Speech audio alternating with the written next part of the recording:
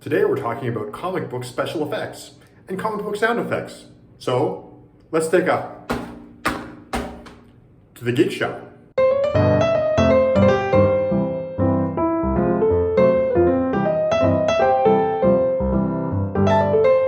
Okay, welcome back to another episode of Geek Shop. I'm Chetan, and with me again is Chris. Hey everybody! Hi everyone. So Chris, what are we talking about today? Special effects, or the fact that I can't draw them. And same here. So, Yeah. main special effects. I would say hardest to draw would be explosions. Yeah, explosions are the tough one. They're like really hard, and it's why I'm angry at you for making a character that always has bombs and explosions all the time. That's frustrating all the time for me. So in other words, you're welcome. Yeah, there you go. So, but I mean, you know, it's there are some good artists that I sort of look to when I'm doing special effects, and Kirby is sort of one of the first because he manages to do his stuff in a cartoonish way, but also, you know, sort of realistic, but also sort of impactful. So he is really good at that. So I always consider him sort of one of the best effects artists out there. What can you not say about Kirby? I mean, Yeah. Kirby's done everything that just blows us away. So, kudos Yeah. to Kirby. And and another artist I would say is Walter Simonson. He does really good special effects.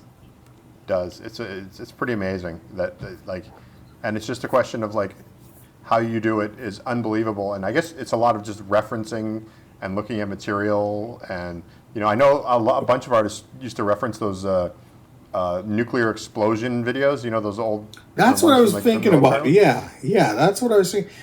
Yeah, because like Hiroshima and stuff like that, just look at the mushroom clouds and see how. And in Nevada, they did a bunch of tests, and they had like fake villages that they would blow up, right? And there's that. See, in the old days, that would be good because you could watch the footage and stuff. Now, I mean, you have YouTube and stuff, and just freeze frame it. Yeah, exactly. So, but for me, it's just explosions always look. I don't know. I can never quite get them right, particularly mushroom clouds. They either look like just a cartoony puff, or just a messed up looking mushroom cloud is where I end up going all the time. And so it's muzzle flashes. I'm a little better. Like out of a gun, I can sort of do the muzzle flash a little better. But often I will accompany it with the word bang. So that's one of the things. But I often find that one of my cheats is definitely to just avoid doing the effect itself and do the aftermath of the effect. So the setup and then skip the effect and then do the aftermath, because that's sort of the rule of cartooning. And I've seen this in film and animation, and in cartooning they say it's never show the punch, show the wind up, and then show the aftermath, and that can. Oh wow! So it gives you a bit better idea of like, it's a good storytelling technique, and it also allows you to like avoid, like, even with a punch, if you're talking about a punch when somebody makes contact, like showing the jaw and everything getting kind of misaligned and everything like that is complicated.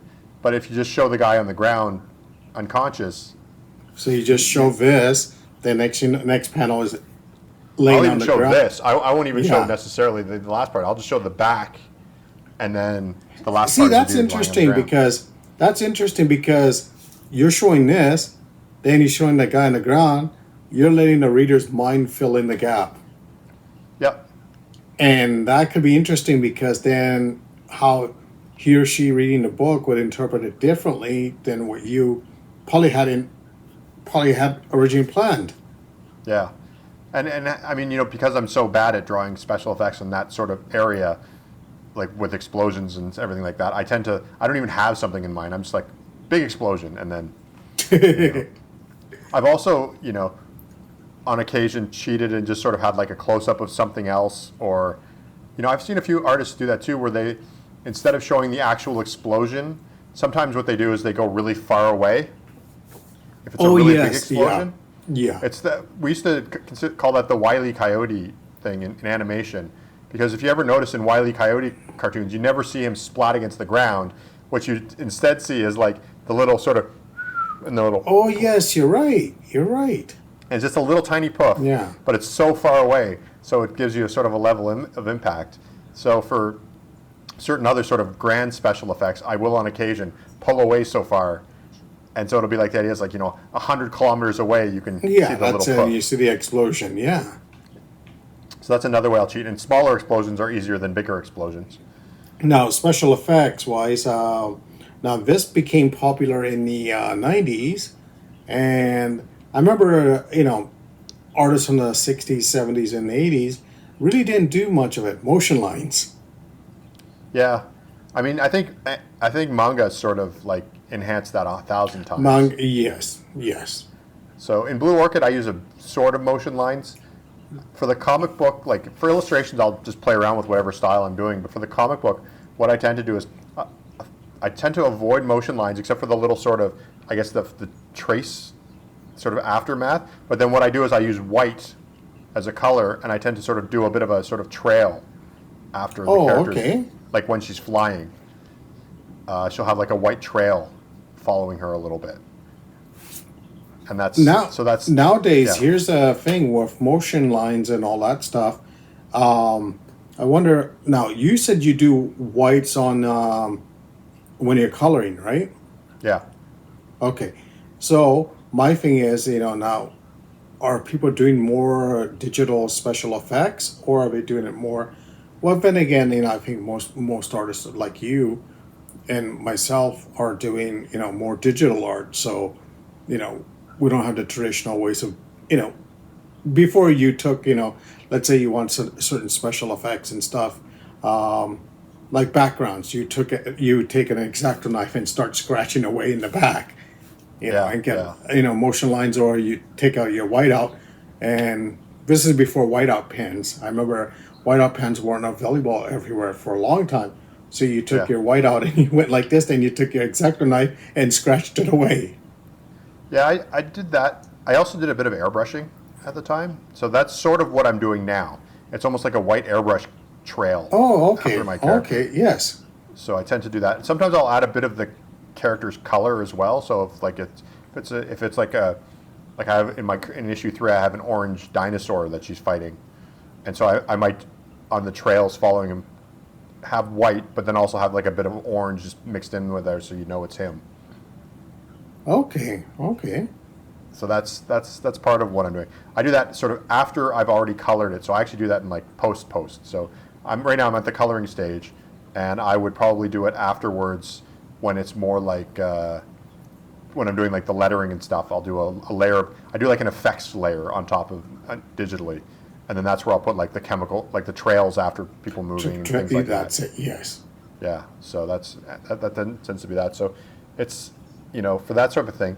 The thing that I can never do in special effects, and you'll notice I'll never have it in a comic book I'll ever draw, is lasers. Lasers?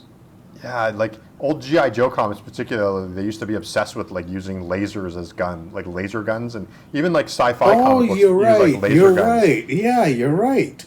And man, like whenever I see people draw that, I'm always impressed. Because it's always this like glowing thing, but then they always have like little sort of like bits coming off of it that make it look laser. But then that's fun. Now I have to go back and look at it. Cyclops from X-Men. Yes, that's a great. Just that. Yeah, that because red they had sort the. Yeah, that's it. Yeah. Like the glow, to be able to do a line but make it glow. To me is like my brain hurts trying to think of that. No, when you mentioned G.I. Joe comics, I was thinking lasers. And you're right. Then, but Cyclops just came up. It's like, yeah, it's perfect. And Superman, his heat vision eyes often were kind yes, of laserish. that's it. Yes. Right? And so there's often like all these things, and every time I see that in a comic book, I'm always impressed. And it's funny because I think certain artists are better at doing lasers than others. And if you notice, I think like Superman's a great example. If an artist is good at drawing lasers, they'll use his heat vision more often. But if they're not good at drawing lasers, they won't use his heat vision. And some people would just draw, even with Cyclops, they just draw that straight line. And others will draw like, solar flare effects on his eyes and stuff like that, and make it look like something's glowing. Exactly, and I think some artists will also let the colorist sort of try and do it, because with coloring you can do a little bit more. Like if you have like, you can add like blending in with lines and stuff like that, and almost have like airbrushy straight line effects and stuff like that. So you can do a little bit better. But I find that like lasers for me, like I none of my characters that I design will ever have laser powers. you just brought up an interesting point with special effects wise. I know in the old days, artists used to write on the side, or editors would, make notes saying, "Please put this effect in for the colorist." Now I wonder, because now with digital coloring and stuff, does the colorist go in and say, "Hey, I'm gonna enhance," like the drawing behind me, Superman. I'm gonna put motion lines in it to make it look like he's flying, Yeah. or a blur effect to make it now, is that the artist telling the colorist, or is the colorist taking that decision? I think it probably is both in art. Like I've worked collaboratively with people, and if I get an idea like that when I'm coloring or doing something like that, I'll do two versions, and I'll be like, "Hey, I had this idea. What do you think?" Okay. Okay. And then I'll do both versions. Or when you're talking to them, say, "Hey, what do you think about speed lines or something like that?" Yes. And the artist would decide. So, but I think sometimes colorists, I do. That's the other thing I do in Blue Orchid. Sometimes I will actually blur out backgrounds if I want to enhance something a little bit. So there's a few stories where I've had like a page where I'm like, okay, I want to make something look more distant in the background, and so I'll actually blur it out a little bit. But I don't do it often, but I will do it. Most of the time I kind of decide to do it at the last minute when a page just isn't working. It's already been colored, it's already drawn, I don't want to start it again. And I think this isn't working, the action isn't separated enough from the background. And then I'll blur out the background a little bit, and that tends to fix it. It's one of the fixes I do. As far as special effects go, one of the biggest cheats you see in comic books, and I don't think you always think about it, but I think everybody does it, and that's the automatopoeia. So it's the idea of using like words to make a sound effect instead. And I've talked about this too, like where it's like a gun. If a gun's firing and you're not great at special effects, you can also, I've literally had panels where it's been like gun pointed, the word bang in giant big letters, bang, yeah. and then the aftermath. And then the other one, That's Spider-Man uses it all the time, thwip, yeah. and schnick for Wolverine. Wolverine, yeah. So there's all these like automatopoeias, which I guess to some degree it's like what you would hear in that thing.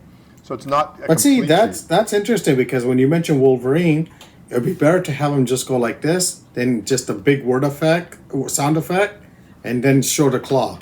Yeah. But it's like even if you have the picture and the sound with it, that's sort of like using sounds as a special effect. There's a story, I have to look and see if I could find it, where it's all basically sound effects. Yeah. I can't remember which one was it. I know Scott McCloud did. It was one of his large books. He did a really large book, and I think most of it was just sound effects. Yeah, wasn't it two characters fighting or something, like two Something like that, and it was all mostly, there's no dialogue. It was all just sound effects. Yeah, and that's a big one. Like I say, you can get away with a lot with using like the sound effect, like the automatopoeias, and I've done kabooms like for a bomb. Yeah. And everything like that. Like you can also add it to sort of enhance a drawing. So like if you have a boom, you can have like boom on the outside. I will often have monsters roaring, and so I'll have like just the words roar sort of drawn into the art as opposed. That's the one thing about the special effects text is it's not like you can do it in a word balloon. Like when I have a monster roaring, it's never in a word balloon. It's always like the word roar will sort of be incorporated into the drawing itself. So it sort of adds that extra bit into it. But it's like using automatopoeia and using like text to enhance special effects is big. Now, I don't remember much text like that used, but going back to the artist we mentioned earlier, Jack Kirby, and one of the major characters where sound effects would come in and special effects, Hulk. Yeah, it's true. Like when he's flying up in the air and coming down onto the ground, you might hear a thud or something like that, but, usually you have like, down at his feet, smoke coming out. Yeah. Dust coming up. Yeah, and that's sort of a little bit we were talking about earlier about having the aftermath as opposed to the actual thing. So the dust coming up is after he's landed. It's not actually Yes, landing. that's it. Yes. So, yeah. One of the best text versions of a sound effect is actually a hidden Easter egg in the Into the Spider-Verse movie, the first animated one. I don't know if you know about this. There's a hidden... The first? No. So there's at one point when Peter Parker and Miles Morales are swinging out of this lab that they just broke into. And there's all kinds of, like, throughout that movie, there's, like, thunks, and they actually put the word on the screen. Like, yeah.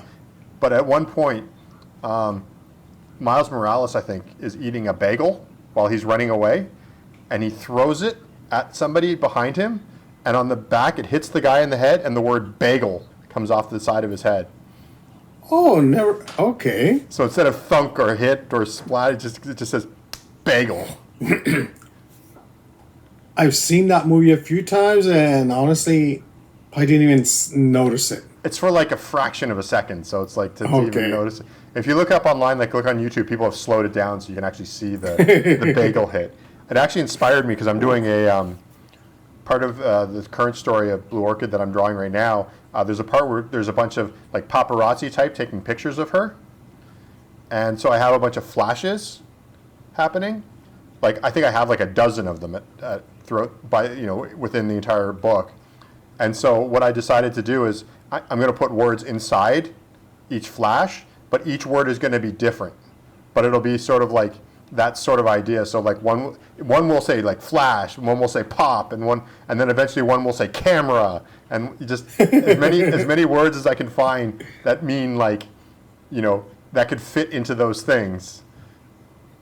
I'm going to sort of put it, okay. And I'm going to make sure each word is different. So there's like 12 or 13 flashes that happen within it. Yes, and put each one, yeah. Each one's going to have a different word, which I'll be honest, I think I spent more time trying to figure out the words than writing the story.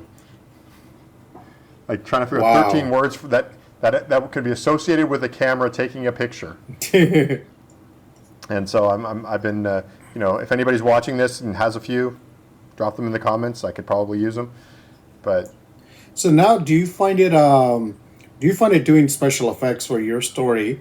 Okay, because you do it both traditional and digital.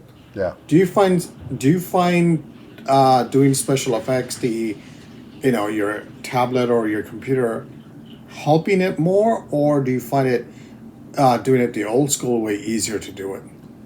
I mean, the fortunate thing about the way I do it, since I do it both, is I have the first opportunity to do it the old school way, and if it doesn't work, then I can go, okay, well, I'll try it on my computer.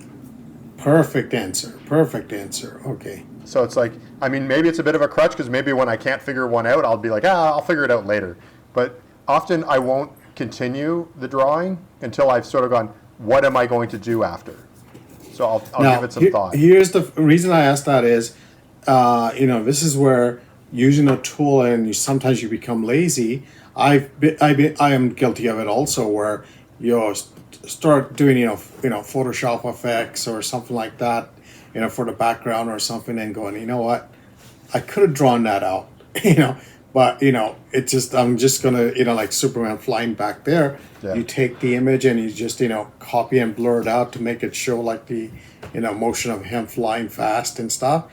You could draw it out, but I guess with the tools, sometimes you become lazy also. Although, I mean, then we could get back into the argument of cheating, but it's like, to some degree, if you have a tool to make something go faster and or better, why is that cheating?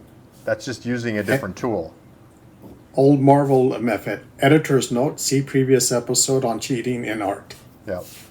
But it's like, so to some degree, if you can do it faster and better on a computer, the only thing you have to define is, particularly with special effects, is what's better and what's not. Like, better could be, yes, you can draw a better explosion in Photoshop, but is it better will it still fit in the universe of your comic book?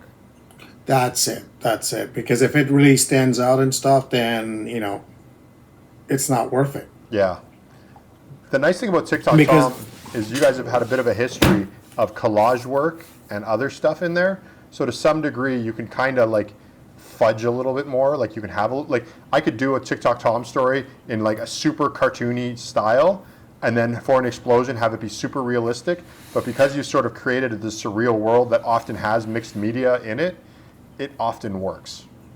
That reminds me of when you just mentioned that, going back to the, one of the most famous artists, Jack Kirby, his Fantastic Four ones where he did collage backgrounds. And, when you see the original art for that, it's like, wow, Yeah. the guy just, took whatever, clippings he could find and, collaged it into the background. Yeah. Well, it's funny because, and I'm probably going to talk about this in another video, whether it's a short video or whether we even just talk about it in a longer video, but I have a Blue Orchid story where I did photographs in the background. And oh, yes. Okay. Yes. so, and a lot of that was literally, I just walked around the city sort of going, well, this looks like a good angle. And this looks like a good angle with like my phone, and just went around. And so, I mean, you could look at it as a cheat. I actually specifically, to me, it was an interesting challenge because then incorporating those backgrounds, into the story, so the angles worked in the story. Like I had to adjust a little bit, but to make them work, but then also then to get my characters to sit inside them properly. That's what I was gonna say. It's it might seem easy putting a background in, like a photo background, but then you have to redraw your character so many times and stuff where if you draw your character and you draw your background, I hate to say it, you could take the lazy method and say, you know what, I'm just gonna put some details in the background and simplify it. But with a photograph, you can't really cheat on that. Can't cheat on it at all. No, that's it. Yeah. Yeah, so that's one of the hardest things I found is like getting my angles. Like there's one part where Blue Orchid gets beat up and she's lying on the ground. And normally you choose an angle that's like easier-ish to draw, like avoiding forced perspective and avoiding like weird angles. But with my photograph, I kind of look at it and go, well, this is the angle I have. So I have to make it work. So there's a few times yes. I've redrawn it like 2 or 3 times just to get the angle exactly right. So let me ask you this now, for special effects, for comic book fans growing up in our generation, because we've seen all kinds of comics and everything, what are the major special effects that we see in comics? I think things flying is a big one. And giving a sense of like motion with flying. Like one of the things I do with Blue Orchid, I gave her long hair, and she also has a scarf that comes off. Yes, and you could see the motion of it. Yeah. So that's part of the reason why I gave her those features, was because I knew she'd be sort of flying and moving around a lot, and so those would give us a secondary motion that would then sort of give you an indication, like the Superman behind you with his cape. And so that sort of thing, like I always say, designing your character for your effects is important. Yes, that's it. Yes. And so flying is a big one in comic books now. I think today, if you consider it special effects, but like gruesome body, like if you look at like Walking Dead comic books, can you imagine how much anatomy they had to study to get Walking Dead comic books to work? It's like, even though they're zombies, you still have to have the right skeleton. Oh yeah, that's it. Yeah. Everything like that. So that's a huge an anatomical challenge. Is like, anything like zombies or somebody getting beat up and like ripped apart or like ultra violent stuff is super hard to do. Or you could go the route of Simon Beasley and he just makes it cartoony. Yes. So it's like not anatomically correct at all. It's just ultra cartoony. Cartoony, that's it. And nobody cares. So it's like, that's. And going on special effects, so we talked about explosions, motion lines. Motion lines were huge in the 90s. I don't see too many of those anymore. Except in manga. Manga, yes, you're right. Manga has that. Manga's like huge into that. Huge into motions. And the punch, the what do you call it? The Batman effect. Yeah, the kapow and stuff like that. Kapow and all that stuff. Yeah, so it's like the onomatopoeia. That's it. Before in, was it 70s, 80s, when someone got punched, you kind of saw, the star-shaped thing, or, what do you call it? Weird effects behind the punch. The little thing of stars are spinning around their head. That's it, yeah. Yeah. It's true. It sort of went a little more realistic. Sometimes you see dots in front of a character. Yes. That's pretty common. So it's but it's I think trends go in and out. I think sometimes you get a little bit more realistic with comics, and then suddenly you get more cartoony. And depending on how it goes, like with cartoony, you can have things like you can have little birds flying around a character's head if you're doing it really cartoony. Whereas, if you want more realistic, the most you can kind of do is spots. So you Another special effects that now you're seeing more and more with the digital coloring age and stuff like that is like backgrounds, especially like you know scenic backgrounds and stuff. You could see all the layers of colors and stuff, and kind of like the solar flare effects and things like that. Where in the old days, because you had limited palette on what you could print and limitations, you really couldn't do that type of effects. Yeah, it's true. You're definitely seeing a lot more, and printing also. The quality of printing is better, so your transitions Way better, is way just so better, much yes. better. Like you don't get the I forget what you call it. It's not moire. There's another word for like when you have a transition and it looks like just a bunch of colored That's lines. it. Yes. Yeah, so that kind of disappeared now because you have higher quality printing. You can actually get smooth transitions and everything like Do you that. remember when Image came out and all the digital coloring? Oh, it was just, it was impressive that they're doing digital coloring, but it was harsh. Yeah. It was bad coloring, honestly. It was just, With that, part of the problem with a lot of computer things where the artists don't learn it until after the techies do. And so a lot of the guys who were coloring earlier on were like technical colorers, yes, not that's it. artistic Yes. colorers. They're not adding to the art. They're not adding another layer. They're just sort of saying, okay, well, they want red to blue, so I'll give them red to blue. And it's like beautifully done, but not like the transition angle won't be right or anything like that. And especially the coloring when you have, again, going to the Image comics where, let's say you had Rob Liefeld's art, where you have so many motion lines, so many things going on, so many awkward action scenes. Then you had the back coloring, and it was just too much. Yeah, there was definitely. I mean, that's the problem with any new technology, though, is like everybody gets so into it, and then it ends up being sort of like you're using it too much. Like you have to find a balance to make it work. And again, it's like going like old school. I remember, reading on articles on artists and stuff where, let's say background scenes. They would, what if they had they would ink it black, then they would take a X-Acto knife and scratch away what effects they want. If it's whether it's motion lines or what. And I've seen that. I've seen that. Like when you look at some of the original art online, you'll see all the scratch marks. That's awesome. To me, you got to have a little bit of both. A little bit of the scratchy, but also a little bit of the cool computer, and you can get something nice. Yeah, but one of the things I find about effects, and I find this could be said about all drawing, and this is sort of how my brain works, is I want every time I do a stage of my art, so whether I'm doing my pencils to my inks to color and to effects, it has to be making the art better. Yeah. Oh, special effects has to, because if you can't get that right, the panel or the pinup is not going to work. And the thing is, like, if you look at some of the art from like the 90s, particularly like when digital art was happening, if you looked at the original art, it was better than the color stuff at the end. Oh yeah, yes. And I feel like that's a failure right there. That's like to me, every time I do a Blue Orchid, a page of Blue Orchid or any illustration of any kind, I feel like I'll keep adding layers until the point when like coloring or whatever, until I don't think it can look better at that particular stage. And then the only reason I'll do anything else afterwards is if it can make it look better. Now, do you find it? I know personally, if I'm drawing a page digitally, because I do digital artwork now, I would draw, let's say, stick figure of the drawing and a really rough figure of the drawing. But the special effect, let's say the explosion, I'll put all the details in. Because Sometimes. Because I know how the figure is going to look. Because I know in my mindset, I know how I'm going to ink it, everything. But the special effect is one of those things where I have to make sure it's right. I think that, and I'm not saying you're a bad artist. Don't take that, but I'm do the exact same thing, and I think it's because I'm not as confident, and maybe you're the same, about the special effect part of it. That's it, definitely. And so I would rather, because when you're doing the rough, that's the point where I'd rather redraw it like 100 times to get it right than later on when I'm inking or after I've got the characters sort of fleshed out and built in there.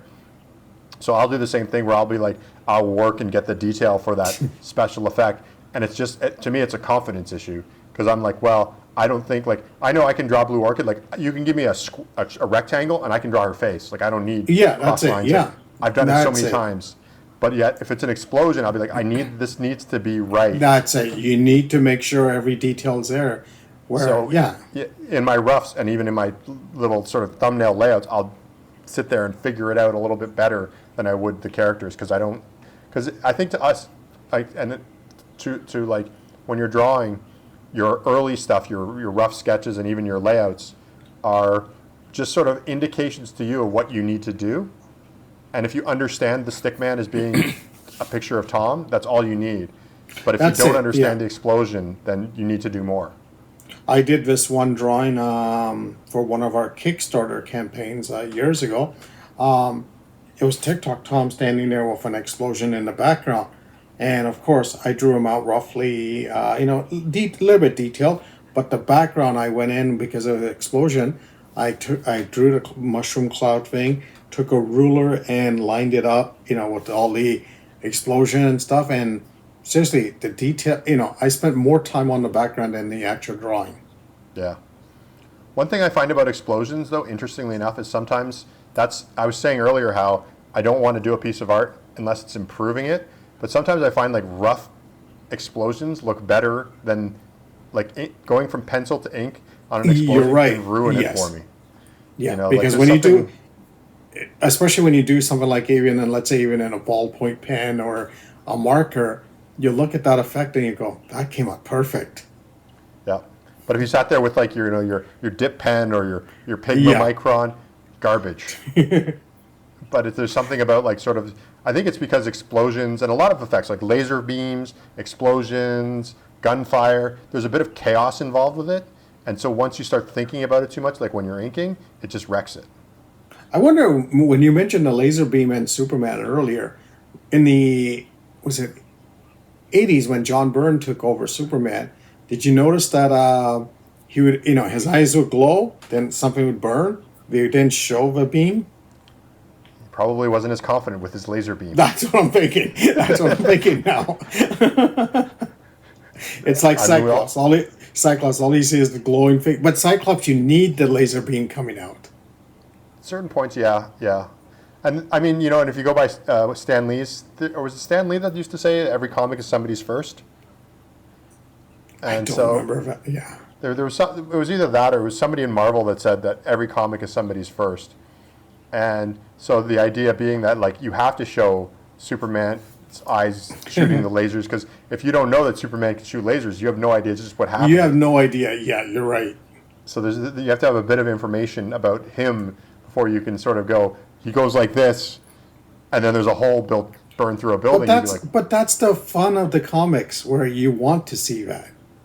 Because you can. Because one thing about the difference between comic books and like shooting a live action movie or something is you can do whatever you want in a comic book and it doesn't cost you $40 billion. No, that's it. But you know what? But it's the fun of reading it. It's like, and that's the fun. You have a guy, behind me with, red trunks with a blue costume. You can't take it too seriously.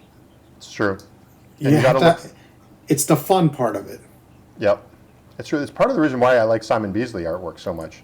It's because he'll have these like super gruesome sort of things, but then he'll have like these cartoon elements. And yes, Sam Keith he does. does the same thing as well. Yeah. Sam Keith kind of has this cartoony thing. Like in the Max, they had the little Izzes, the little balls with the big teeth on them and everything. And it's like it's kind of cartoony, but kind of not. And there's this nice blend. And so I find that works. And with special effects, particularly like that, if you can blend the cartoony, like if Superman gets hit in the head and he has birds flying around him, it's kind of fun. But you know what? That goes back to, I get it, and I know I'm going to say, I get people saying that, it's not bad. But look at the Batman TV show from the 60s. That's a great example. It's like, it had a fun adventure. It was a superhero. Fun adventure. But again, at that time, a lot of Batman fans were saying this is horrid, this is, this. But it was fun. It was fun. Yep. I agree. I mean, you definitely need your you can have your serious comic books, but you should also not just limit them to. No, that's it. There was a really good Bizarro trade paperback that I have. I don't have. It I here with have me, I don't think. I have one also from the '60s, right? All the stories. No, there was one a more modern one, and I think Sergio Aragonis drew part of it, and Oh, everything like. I have the Matt Groening get the cover, right? Yeah, yeah. That's it. Yes. And that one is a great example of how you can do like comic book in general, but even like the special effects and everything in different styles, and it works. And you can go cartoony, and it works. Yes. So it's like that's part of it. It's a good general thing with all comic books, but it's particularly when you're doing special effects, and it gives you a lot more leeway if you're willing to be a little goofy every once in a while. Oh, I think it's yeah. I mean, there's some artists and stuff who do it serious. A lot of detail and stuff. Simplified. It's easy. Overall, I think is special effects are part of comic books. Oh yeah, it's hugely important. Even if it's not a superhero comic book, even non-superhero comic books, a good special effect like Oh, it helps the story. yeah, like showing somebody pouring a cup of coffee, and if it doesn't look right, it's weird. Like even Oh, if it's that's just two it. people Yeah. chatting, having coffee, if the coffee's being poured well, it adds to the comic book quite a You bit. need So, you need that effect to make it realistic or interesting. exactly, I totally agree. Effects, they're good, but they're horrible to draw. Yes, I think that's a great way to end this episode. There you go. Well, thank you for joining us, and we'll do this again. Chris, any last thoughts? Comic book effects, splat, bam, pow.